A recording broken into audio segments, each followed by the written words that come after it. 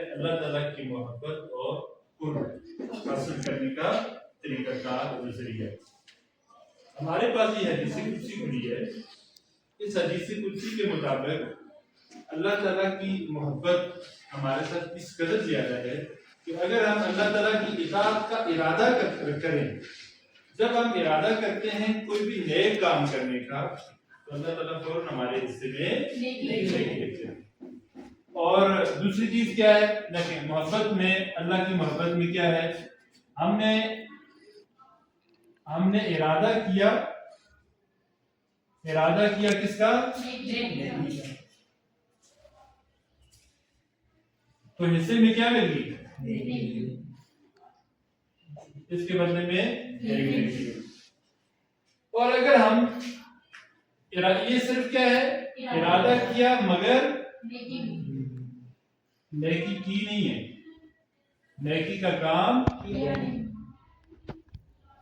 نہیں، پھر بھی اس کے بدلے میں اللہ کیا دیتے ہیں؟ ایک کامل نیکی کا سب، ایک نیکی کا استعمال لیتی ہے. اگر ہم نیکی کر لیں، اس حدیث کا دوسرا مفہوم کیا ہے؟ دوسری جگہ کیا ہے؟ ارادہ بھی کیا اور نیکی کا کام کر لی. تو اس کے بعد میں اللہ کیا دیتے ہیں؟ 10 نیکی. کتنی؟ 10 نیکیاں.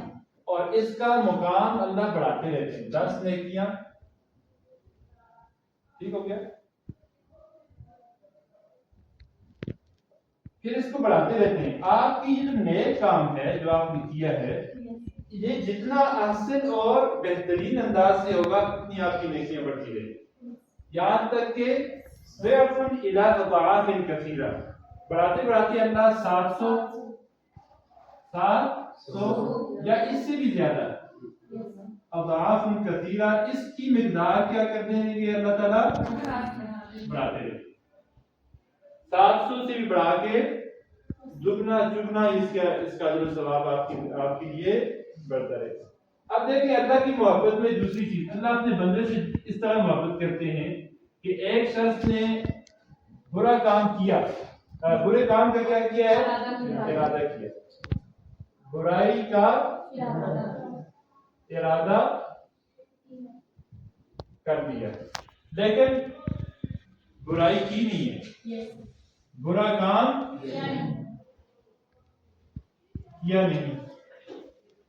اللہ اپنے بندے سے خوش ہوتے ہیں، اللہ اپنے بندے سے خوش ہوتے ہیں کہ اس نے ارادہ تو کیا تھا، اس کے ارادے میں یہ چیز آ چکی تھی کہ میں فلاں کام کر دوں، لیکن اس کے بدلے میں اس نے کیا کیا؟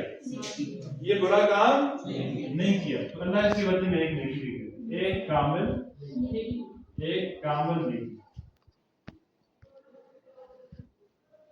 اب اگر یہی بندہ اگر برا کام کر لے، ارادہ اس نے کیا تھا، اب اس نے یہ کام کر لیا، تو اللہ اس کے بدلے میں اس کو صرف ایک برائی دکھتی ہے. کتنی دکھتے ہیں؟ ایک برائی.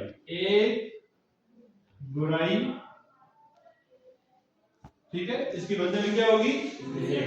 ابھی دیکھیے یہ کیا ہے؟ اللہ کی محبت اپنے بندے کی، اللہ کی اپنے بندے کے ساتھ محبت.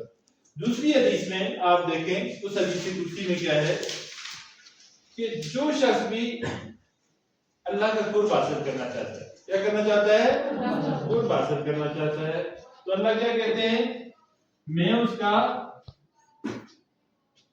اس کے کان بن جاتا ہوں. پھر دوسرا کیا فرمایا؟ آنکھ بن جاتا ہوں، اس کے ہاتھ بن جاتا ہوں، اس کے پاؤں بن جاتا ہوں. اب یہ کیا مطلب ہے؟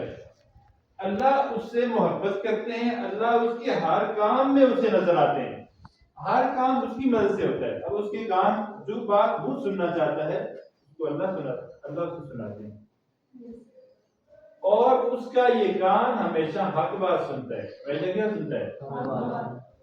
اس کی آنکھ ہے، اللہ کہتے ہیں کہ میں اس سے محبت کرتا ہوں یہاں تک کہ اس کی آنکھ بن جاتا ہوں. کیا مطلب ہے کہ اس کی آنکھ ہمیشہ حق اور سچ دیکھتی ہے. وہ جو اپنی آنکھ سے دیکھنا چاہتا ہے اللہ اسے دکھاتے ہیں, لیکن کیا حق اور سچ, حق اور سچ. اس کے ہاتھ اللہ بن جاتے ہیں, یعنی ہمیشہ اس کے ہاتھ کس طرف اٹھتے ہیں؟ حق اور سچ کی طرف, نیکی اور خیر کی طرف.